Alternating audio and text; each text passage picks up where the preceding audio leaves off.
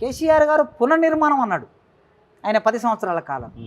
ఆయన పునర్నిర్మాణంలో గడీలు పునర్నిర్మాణం, ఆయన పునర్నిర్మాణంలో దోపిడీదారులు పునర్నిర్మాణం, ఆయన పునర్నిర్మాణంలో సంపదను కొందరికే తాకట్టు పెట్టే పునర్నిర్మాణం జరిగింది. ఓకే, ఇప్పుడు కాంగ్రెస్ పార్టీ పునర్నిర్మాణం అనే మాట వాడకపోయినా విద్యా వ్యవస్థ మీద దృష్టి పెట్టవలసిన అవసరం ఉన్నది. ఈ ఉస్మానియా విశ్వవిద్యాలయం తెలంగాణకు ఒక ఆయుపట్టు అనుకుంటే ఇక్కడ పాఠాలు చెప్పే ప్రొఫెసర్లు లేరు. ఇప్పటికీ కనీసం ఒక డజన్ సార్లు మీ మీడియాలో ఈ విషయాన్ని మాట్లాడాను నేను, ఒక డజన్ సార్లు. ఎంతమంది ఉన్నారు సార్? 25%, 30% ఉన్నారా? ఎప్పుడో 1970ల 80ల కాలంలో శాంక్షన్ పోస్టులు 1268 పోస్టులు అయితే ఇప్పుడు 360 మంది మాత్రమే ఉన్నారు. అంటే దాదాపుగా ఇక్కడ 900కు పైగా 1000 పోస్టులు ఖాళీగా కనిపిస్తున్నాయి ఒక ఉస్మానియా యూనివర్సిటీలో. ఈ ఉస్మానియా విశ్వవిద్యాలయానికి చదువు కోసం ప్రవేశిస్తున్న విద్యార్థులందరూ మొదటి తరం, మొదటి జనరేషన్ పేద పిల్లలు, అతి పేదరికం నుంచి వచ్చే పిల్లలు ఇక్కడికి వస్తూ ఉన్నారు.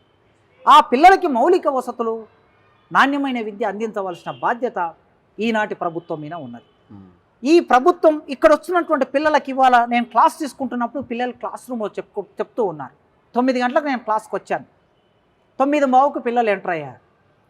నేను అడిగాను 9 అంటే 9, 9:15 కాదు అన్నాను. అంటే వాళ్ళు కాస్త భయంతో లోపలికి వచ్చి కూర్చున్నారు. కూర్చున్న తర్వాత నా క్లాస్ అయిపోయిన తర్వాత ఒక అమ్మాయి లేచి, నేను అడిగాను మామూలుగా మీరు ఎన్ని గంటలకు లేస్తారు నిద్ర అని అడిగాను. అడిగితే అమ్మాయి, సార్ మేము నిద్ర 7 గంటలకు లేస్తామని చెప్పి. ఎందుకమ్మా 5 గంటలకు లేవరు అని అడిగాను. అడిగితే సార్ రాత్రి 1 గంట వరకు చదువుకుంటాం, 7 గంటల వరకు లేస్తాం, కానీ మా పరిస్థితి ఎట్లా ఉందంటే 7 గంటలకు లేచి బ్రష్ కూడా వేసుకోకుండా, వాష్రూమ్ పోకుండా, ప్లేట్ పట్టుకొని డైరెక్ట్గా మేము మెస్లోకి వెళ్ళాల్సి వస్తుంది. మెస్లోకి వెళ్తే ఒక 40 నిమిషాలు మేము అక్కడ లైన్ నిలబడి టిఫిన్ బ్రేక్ఫాస్ట్ ప్లేట్లో వేసుకొని వచ్చి ఆ ప్లేట్ను మళ్ళీ మా రూమ్లో పెట్టుకొని అక్కడ నుంచి మేము వెళ్ళి అప్పుడు వాష్రూమ్కి వెళ్ళి, వాష్రూమ్ అక్కడ కూడా మళ్ళీ లైన్ ఉంటుంది, వాష్రూమ్ కంప్లీట్ చేసుకొని వచ్చి మేము తిని అక్కడ నుంచి ఇక్కడికి 1 కిలోమీటర్ నడుచుకుంటా, ఇక్కడికి బస్సు కూడా సమయానికి వస్తలేదు, ఫలితంగా నడుచుకుంటూ వచ్చేసరికి ఒక 10-15 నిమిషాలు లేట్ అవుతుంది సార్ అని చెప్పి నేను చాలా ఆశ్చర్యానికి గురయ్యాను. ఇంత పరిస్థితి ఉస్మానియా యూనివర్సిటీలో కొనసాగుతుంది. ఏమిటి దీనికి కారణం, దీని మూలాలు ఏమిటి అని చూస్తే మెస్లలో ఎంప్లాయీస్ సరిగ్గా లేరు. అంటే ప్రభుత్వం నియమించవలసిన ఎంప్లాయీస్ సిస్టమ్ లేకపోవడంతో ఇక్కడ అవుట్ సోర్సింగ్ వాడు వస్తాడు. ఆ అవుట్ సోర్సింగ్ వాడు వానికి పట్టదు. ఈ పిల్లల వెనుక ప్రేమ ఉండదు, ఈ పిల్లల వెనుక ఆప్యాయత ఉండదు. ఈ పిల్లలు మా పిల్లలు. ఒకప్పుడు నేను చదువుకున్నప్పుడు ఇక్కడ మెస్ వర్కర్లు అంటే మమ్మల్ని తల్లిదండ్రులాగా చూసుకునేవాళ్ళు. ఇప్పటికి వాళ్ళు రిటైర్డ్ అయిపోయినా కూడా ఇక్కడికి వచ్చి నన్ను పలకరించిపోతాను. అంతటి ఒక ఆప్యాయత ఉండేది. హాస్టల్లో చిన్నప్పుడు మనం చదువుకున్నా లేదా యూనివర్సిటీకి వచ్చి చదువుకున్నా కూడా ఆ విధంగా చూసుకునేవాళ్ళు. ఇక్కడ ప్రభుత్వము నాన్ టీచింగ్ స్టాఫ్ పోస్టులని 30 సంవత్సరాలుగా నింపటం లేదు ఉస్మానియా యూనివర్సిటీలో. ఆనాడు చంద్రబాబు నాయుడు, తర్వాత రాజశేఖర రెడ్డి, ఇప్పుడు కేసీఆర్, ఆ తర్వాత ఇప్పుడు వచ్చిన ప్రభుత్వం నేనేం డిమాండ్ పెడుతున్నా అంటే ఇది పునరుద్ధరణ జరగాలంటే, ఈ యూనివర్సిటీ బాగుపడాలంటే మొట్టమొదలు నాన్ టీచింగ్ పోస్టులు ఎన్ని ఖాళీ ఉన్నాయో ఆ ఖాళీలను మొత్తం ఇమీడియట్గా నింపాలి. కనీసం ఒక 4000 పోస్టులు ఖాళీ ఉంటాయి ఇక్కడ ఉస్మానియా యూనివర్సిటీ నాన్ టీచింగ్. 4000 పోస్టులు. మీరు ఇక్కడ చదువుకున్న పిల్లల్ని మీరు ఉద్యోగాల్లోకి తీసుకోండి, వాళ్ళ యొక్క అర్హతను బట్టి తీసుకోండి, పరీక్ష పెట్టి తీసుకోండి, నాణ్యమైన వాళ్ళని తీసుకోండి, కాదన. అట్లా హాస్టల్ సమస్య మీకు జస్ట్ నేను ఒక చిన్న ఉదాహరణ చెప్పాను. ఆ సమస్య వాళ్ళ హాస్టల్లో కొనసాగుతుంది కనుక వాళ్ళ ఆ పిల్లలు చెప్పగలుగుతున్నారు. ఇక రెండవది, ఇంతమంది పిల్లలు ఒకే హాస్టల్లో ఉండటం మూలంగా ఒకప్పుడు 150 మంది ఒక మెస్లో ఉండేవాళ్ళం. 150 మందికి సర్వ్ చేయటం అనేది చాలా సింపుల్.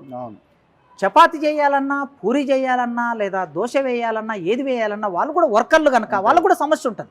యంత్రాంగం దానికి సరిపోయినట్లు ఉండదు. దాని మూలంగా 500 మందికి ఒకేసారి బ్రేక్ఫాస్ట్ చేయటం అంటే ఎంతమంది పని చేయాల్సి వస్తుంది? ఎంప్లాయీస్ కొరత ఉండటం మూలంగా ఈ సమస్య ఉన్నది. అందుకే ఇది పరిష్కరించాలి. ఇది పరిష్కారం చేయాలంటే ఏం చేయాలి? ఉస్మానియా విశ్వవిద్యాలయంలో కనీసం ఇంకొక 5 హాస్టళ్ళు అదనంగా కడితే తప్ప 200 మందికి ఒక హాస్టల్ చొప్పున మనం నిర్వహించలేము. అందుకే వెంటనే గవర్నమెంట్ దీని మీద దృష్టి పెట్టాలి. హాస్టల్ ఫెసిలిటీ కల్పించాలి, దాంట్లో పనిచేయడానికి ఎంప్లాయీస్ని ఇవ్వాలి. మూడవది, హాస్టల్ నుంచి కాలేజీకి వస్తారు. కాలేజీకి వచ్చినాక పిల్లలకి మనం జ్ఞానం ఇవ్వాలి కదా, పాఠం చెప్పాలి. మరి మంచి పాఠం చెప్పి మంచి జ్ఞానం ఇవ్వాలంటే ప్రతిభావంతమైన ప్రొఫెసర్లు ఉంటేనే సాధ్యమవుతుంది. అవును. ఆనాడు మా ప్రొఫెసర్లు ప్రతిభావంతమైన ప్రొఫెసర్లు ఉన్నారు కనుక మేము నేర్చుకొని వాళ్ళ మీతో సమాజం గురించి మీతో మాట్లాడగలుగుతున్నాం. అవును. లేకపోతే మా క్లాస్ రూమ్కే మా ఉద్యోగానికి మేము పరిమితం అయ్యేవాళ్ళం. ఇవాళ ఉస్మానియా విశ్వవిద్యాలయంలో 1000 పోస్టులు ఖాళీ ఉన్నాయంటే Nizam college, Saifabad college, Secunderabad PG college, సరే కోటి ఉమెన్స్ కాలేజ్ సగభాగం, ఇంకా పూర్తిగా ఆ యూనివర్సిటీలోకి పోలే, కొంత భాగం ఇంకా యూనివర్సిటీ పరిధిలో ఓయూ పరిధిలోనే ఉన్నది, మహిళా యూనివర్సిటీలోకి పోలే.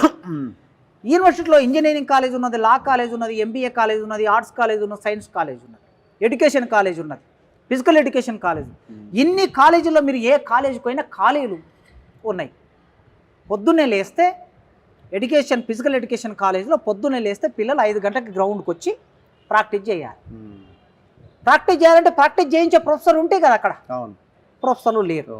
అవుట్ సోర్సింగు, పార్ట్ టైము, లేకపోతే కాంట్రాక్టు. పార్ట్ టైం అంటే పార్ట్ టైం ఎప్పుడు పీరియడ్ ఉంటే అప్పుడు వచ్చి చెప్పుకొని పోతారు పాప నిరుద్యోగులు. వాళ్ళు మొత్తము 8-10 గంటలు ఎందుకు పని చేస్తారు? వాళ్ళకి ఇచ్చే జీతం చాలా తక్కువ, ఇంకో చోట పని చేసుకుంటారు. కనుక ఇక్కడ ఆర్ట్స్ కాలేజే ప్రపంచంలో, ఉస్మానియా యూనివర్సిటీ అంటే ఆర్ట్స్ కాలేజ్ ఒక రిప్లికా, ఒక ప్రతిబింబం. ఆర్ట్స్ కాలేజీని చూస్తే ఓయూ అనుకుంటాం మనం. ఇది ప్రపంచవ్యాప్తంగా ఉన్న గుర్తింపు. ఈ ఆర్ట్స్ కాలేజీలో ఫిలాసఫీ అని ఒక పెద్ద డిపార్ట్మెంట్ ఉంది. ఎందరో ఫిలాసఫర్స్ ఇక్కడ నుంచి బయలుదేరారు. ఆ ఫిలాసఫీ డిపార్ట్మెంట్లో 5 మంది ఉండవలసిన చోట ఒక్క ప్రొఫెసరే పర్మనెంట్ ప్రొఫెసర్ ఉన్నాడు, అసిస్టెంట్ ప్రొఫెసర్. మిగతా అన్ని ఖాళీలు ఉన్నాయి. ఆర్కియాలజీ డిపార్ట్మెంట్ ఉన్నది. ఒక కాంట్రాక్ట్ ఎంప్లాయీతో ఆర్కియాలజీ డిపార్ట్మెంట్ నడుస్తుంది. పర్మనెంట్ ఒక డిపార్ట్మెంట్ అంతా ఖాళీ అయిపోయింది. ఇంకొక 2-3 సంవత్సరాలు పోతే ఇంకా ఇక్కడ ఉన్నటువంటి ఒక 5-6 డిపార్ట్మెంట్లు అన్ని పొలిటికల్ సైన్స్ డిపార్ట్మెంట్. ఒకప్పుడు లెజెండరీ ఫిగర్స్ ఉండేది పొలిటికల్ సైన్స్ డిపార్ట్మెంట్లో. ఇవాళ ఆ డిపార్ట్మెంట్లో అందరు రిటైర్డ్ అయిపోయారు. ఎకనామిక్స్ డిపార్ట్మెంట్, సెంట్రల్ ప్లానింగ్ కమిషన్కి ఆనాడు రాజీవ్ గాంధీ గారి దగ్గర, పివి నరసింహ గారి దగ్గర ఇక్కడి డిపార్ట్మెంట్లో చదువుకొని ఉద్యోగం చేసినటువంటి హనుమంతరావు గారు ప్రణాళిక సంఘంలో సభ్యుడిగా ఉన్నారు. ఆయన అట్లాంటి గొప్ప వాళ్ళని తయారు చేసిన ఉస్మానియా యూనివర్సిటీ పరిస్థితి ఇట్లుంది. అంటే నాలెడ్జ్ ఇవ్వడానికి ప్రొఫెసర్లు కావాలి. కనుక వెంటనే కాంగ్రెస్ ప్రభుత్వం టాప్ ప్రియారిటీ తీసుకోవాలి. విద్య అనేది ఇవాళ టాప్ ప్రియారిటీ అంటున్నా నేను. ఎందుకు టాప్ ప్రియారిటీ అంటున్నా అంటే ప్రతి ఒక్కరు చదువుకోవాలని ఆకాంక్ష పెరిగింది. ఆ చదువుకోని ఆకాంక్ష పెరిగినప్పుడు మనం వాళ్ళకి సరైన నాలెడ్జ్ ఇచ్చి పంపించకపోతే, కేవలం సర్టిఫికెట్లు ఇచ్చి సమాజంలోకి పంపిస్తే దేనికి పనికిరారు వాళ్ళు. అందుకే 1000 పోస్టులను వెంటనే ఇక్కడ ఫిల్ చేయాలి. ఖాళీగా ఉన్న 1000 పోస్టులను ఫిల్ చేయాలి. దానితో పాటు ఒక సంవత్సరానికి 1000 కోట్ల చొప్పున 3 సంవత్సరాలు తెలంగాణ గవర్నమెంట్, కాంగ్రెస్ గవర్నమెంట్ దీన్ని కేటాయించాలి. 3 ఏళ్ళే అడుగుతున్నా నేను. అంతేనా? 1000 కోట్ల చొప్పున 3 ఏళ్ళు ఇవ్వండి, మాకు ఒక 1000 పోస్టులను ఇవ్వండి. ఇక్కడ అద్భుతాలని సృష్టించవచ్చు. తెలంగాణకి అద్భుతం ఎట్లుంటుందో విద్యారంగంలో ప్రైవేటు విశ్వవిద్యాలయాలకి ధీటుగా, పోటీగా ఈ ఉస్మానియా విశ్వవిద్యాలయం నిలబెట్టేటటువంటి హామీని నేను ఇస్తున్నా. మీ మీడియా ద్వారా 3000 కోట్లు మీ మీడియా ద్వారా నేను రేవంత్ రెడ్డి గారికి విజ్ఞప్తి చేస్తున్నా. నేను హామీ ఇస్తున్నా, పేపర్ రాసి మంటిస్తా. 3000 కోట్లు ఇవ్వండి, 1000 పోస్టులు ఫిలప్ చేయండి. ఈ 1000 పోస్టులలో ఏ పక్షపాతం లేకుండా, రాజకీయ నాయకుల జోక్యం లేకుండా, మంత్రుల జోక్యం లేకుండా దేశవ్యాప్తంగా ఉన్నటువంటి ప్రతిభావంతులను సెలెక్ట్ చేయండి. మీరు ప్రతిభావంతులను సెలెక్ట్ చేసి ఇక్కడికి పంపిస్తే ఇక్కడున్న ఇన్ఫ్రాస్ట్రక్చర్ ఎక్కడ లేదండి.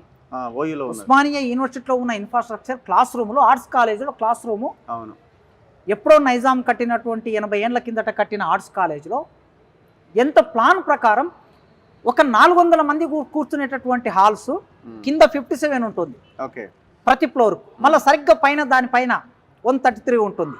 మళ్ళా లెఫ్ట్ వైపు ఇంకొక రూమ్ ఉంటుంది.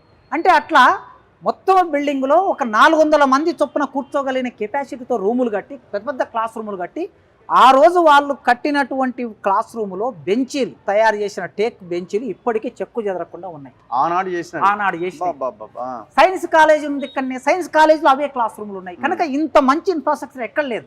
కావలసిందల్లా ల్యాబ్లలో ప్రయోగం చేయడానికి ఏం కావాలి? వస్తువులు కావాలి. వస్తువులు కావాలంటే డబ్బులు కావాలి. ఆ డబ్బులు వస్తే ఇక్కడ పరిశోధన చేసి మా ప్రొఫెసర్లు, మా పిల్లలు పరిశోధన చేసి ఈ ప్రపంచానికి అద్భుతాలను సృష్టిస్తారు. కనుక వెంటనే తెలంగాణ గవర్నమెంటు టాప్ ప్రియారిటీగా వీసీల సమావేశాన్ని ఏర్పాటు చేసి వీసీలతో కూర్చొని ఏ వీసీ ఏం కావాలనుకుంటున్నాడో వాళ్ళతో అడిగి దీని మీద ఒక టాస్క్ ఫోర్స్ వేయండి. మీకు అన్ని యూనివర్సిటీలు ఉన్నాయి, ఇంకా KU and Mahatma Gandhi Telangana Satavahana Telangana university Kakatiya Palamuru university university ఇవన్నీ యూనివర్సిటీలు ఉన్నాయి. ఆ. అన్ని యూనివర్సిటీ వీసీలను సమావేశపరచండి. ఉమ్, పరిచి వాళ్ళకి ఏం కావాలను మీ బడ్జెట్లో 1,00,000 కోట్ల పైన ఉండేటటువంటి 1,30,40,000 కోట్ల బడ్జెట్ ఉంటుంది. ఉమ్, అందులో ఉస్మాన్ యూనివర్సిటీకి 1,000 కోట్లు, మిగతా యూనివర్సిటీ అన్నిటి కలిపి ఒక్కొక్క 300 కోట్లు ఇచ్చినా సరే ఉమ్, మొత్తం 9 సంప్రదాయమైన యూనివర్సిటీలు ఉన్నాయి. 9 యూనివర్సిటీలలో ఒక 30 కోట్లు ఉమ్, అంటే ఎంత, దీనికి ఒక 1,000 కోట్లు పెట్టుకుంటే మిగతా వాటికి ఇంకొక 30 కోట్లు, ఉమ్, 1,030 కోట్లు కేటాయిస్తే తెలంగాణ విశ్వవిద్యాలయాలు బాగుపడతాయనే ఒక ఆకాంక్ష నాకున్నది. కేసీఆర్ గారు దాన్ని విస్మరించారు. ఉమ్. ఇప్పుడు రేవంత్ రెడ్డి గారు దాన్ని చేపట్టాలని వెంటనే రేపు రాబోయే మార్చి బడ్జెట్లో ఉమ్. ఆ నిధులు కేటాయించి ప్రక్రియ మొదలు పెట్టాలని నేను మీ మీడియా ద్వారా విజ్ఞప్తి ఇప్పుడు చేస్తున్నాను. వీళ్ళు ఎడ్యుకేషన్కి ఏదో 15% బడ్జెట్ మేము కేటాయిస్తామని మేనిఫెస్టోలో పెట్టినట్టున్నారు. ఆ. ఐ థింక్ నేను అనుకోవడం ఇంతకు ముందు మనకి నిజంగా 6% ఏమో last budget 6.2 or Yes, yes. Something పెట్టినట్టు